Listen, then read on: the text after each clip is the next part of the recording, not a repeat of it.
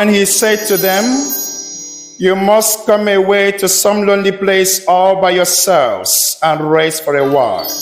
Whereas we have this morning from the Gospel according to the account of St. Mark chapter 6, verses 30 to 34. The Gospel of today is actually a continuation of the Gospel we read last Sunday, that Jesus Christ sent his apostles on assignment, on a journey, on a mission. And when they came back from that assignment, they gave him report of all that they were able to do, all they were able to accomplish. Replying to their report, Jesus told them that they must go away to some lonely place where they can be by themselves and rest for a while. The Bible didn't tell us how long they rested. But the central message is that it was Jesus himself who encouraged his apostles to take a time off from work, to go on break. In our today's language, it will be to go on a vacation, to leave their work, leave their immediate environment, and go to somewhere else and relax. So today, let us talk about taking a time off from work. Let's talk about resting from work. So, why did Jesus encourage the disciples, his apostles, to take a time off from their preaching and teaching? Number one, taking a time off from work or resting has always been part of God's commandment for us. And the very first person that observed that commandment was God himself. We remember in the story of creation, after creating the world for 6 days, on the seventh day, he said to himself, I think I have done enough. It is time for me to rest. And God rested. And when Jesus came, the Bible tells us that at various instances, occasionally, Jesus will withdraw to a lonely place where he will be by himself, and then he rested. So when Jesus was encouraging the disciples to take a time off from work and to go and rest, he was actually re-establishing, reaffirming, and re-emphasizing the necessity of rest as part of God's plan, as part of God's design, as part of God's command for us. However, we don't usually see it that way because our world is so busy and our lives are also full and busy. We have a lot to do. For most of us, the 7 days of the week are not even enough. We work around the clock because we have bills to pay. We have expectations to meet.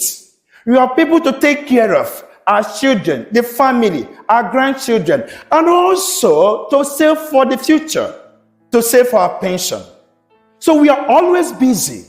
And sometimes we are overwhelmed by or with anxiety, worry, and pressure, that we don't even consider rest as a necessity. We don't even remember it as part of God's plan for us. Jesus today told his disciples, leave the work for now. Go and rest. Number two, Jesus encouraged the disciples to take a rest because perhaps they were tired. Perhaps they were exhausted. So, for their physical and mental well-being, Jesus encouraged them to go away to a place different and lonely, to relax, to refresh themselves, and perhaps to get re-energized and how to do the work better. Sometimes also we don't see it this way, although we feel tired. But there is this ideology or this philosophy that time is money. The more we work, the more money we get. And therefore, taking a time off, economically speaking, is more or less like a waste, a loss. When I rest, there's no money coming into my pocket, and I need money. So the more I do the work, the more I get more money. Also, some people are afraid to take time off because they feel that when I leave, or when I leave the house or my place of work, things will no longer go very well. Things will collapse. If I go away on leave, things may not work as it should work. I used to have that kind of understanding that when I leave my parish, things may not go so well. In my absence, things may not go well. But I've come to realize also that things tend to go even better when you are absent. People in that area might begin to be more productive and more efficient because you are absent. And so I've come to notice, even here in our parish, that whenever I'm away for either vacation or any assignment, and Father Michael is here, you all enjoy his company and his mass so well that I'm now reconsidering taking vacation every month. So Father Michael will always come around because I've come to understand that you enjoy his company. So I've come to understand that even when I'm away, the parish runs even better. Jesus was not afraid to take a time out. And for some people also, they are afraid, yet they will go on that vacation, on that time out, or take a time off. But when they leave their place of work, they still carry the demands of that office with them to where they are going.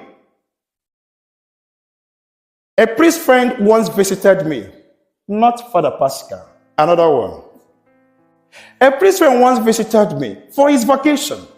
And when he was here, he was so busy with his telephone and his emails, controlling what was going on in his parish, 5,000 miles away from here, telling the secretary every day, giving instruction what to do, the tactics, this you should do. And I said to him, "You're supposed to be on vacation." He said, "Yes, I'm on vacation. I'm not in Nigeria, so I'm in England."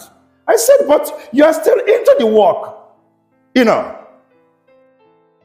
when Jesus told his disciples, "Leave the work, go away," the world didn't collapse. People didn't suffer. Nothing happened. So Jesus was not afraid to pull away from mission. He wasn't afraid to pull away from the people, and then moved to have his quiet time. Don't be afraid that when you go away, I think I'm saying this to myself also, do not be afraid that when you go away, things will not work well. As I said before, sometimes things work better when you are away. Finally, Jesus encouraged his disciples to take a time off, because for them also, it was a moment, it was an opportunity to evaluate themselves, to evaluate the assignment they were given, how they did it, the strategy they employed, the challenges they encountered, and perhaps to evaluate how they would do it better, and also how they would do it more efficiently the next time. So for them and for Jesus, a time of rest was also a time to look at myself again. Life is a journey. But it is funny, sad, and interesting that sometimes we are more interested in getting to the destination that we don't pay attention to the details of the journey. It's just like a driver who drives his car. His interest is how to get to his place, how to get to his destination, and how fast he could do that. But he doesn't pay attention to the information or signs on the dashboard. He doesn't pay attention to the engine. Dear friends, time for rest could also be a time to evaluate this life, or this journey called life. To look at how you are going. Are you still on the track? Are you still maintaining your goals? Where are you now? It's a time of assessment. So today, Jesus is proposing to us that despite and in spite of the distractions and the busy nature of our modern world and society, we should also sometimes take a time out to assess ourselves, to evaluate our journey for our mental and spiritual and also physical well-being, and also a time to relax. Now, when you look at that journey, when Jesus told them, please leave whatever you are doing and go somewhere to rest, the disciples of Jesus Christ did something significant. When they embarked on that journey, they took Jesus along. Jesus was not included in that because he told them, you go and have rest. He could have said, let us go. But he was talking to them. But when the disciples moved for that rest, they took Jesus along. They didn't leave him behind. So, when you go to relax, when you go to have your fun, when you go to have your vacation, please do not leave Jesus behind. Take him along. That rest will make a lot of sense if he is with you.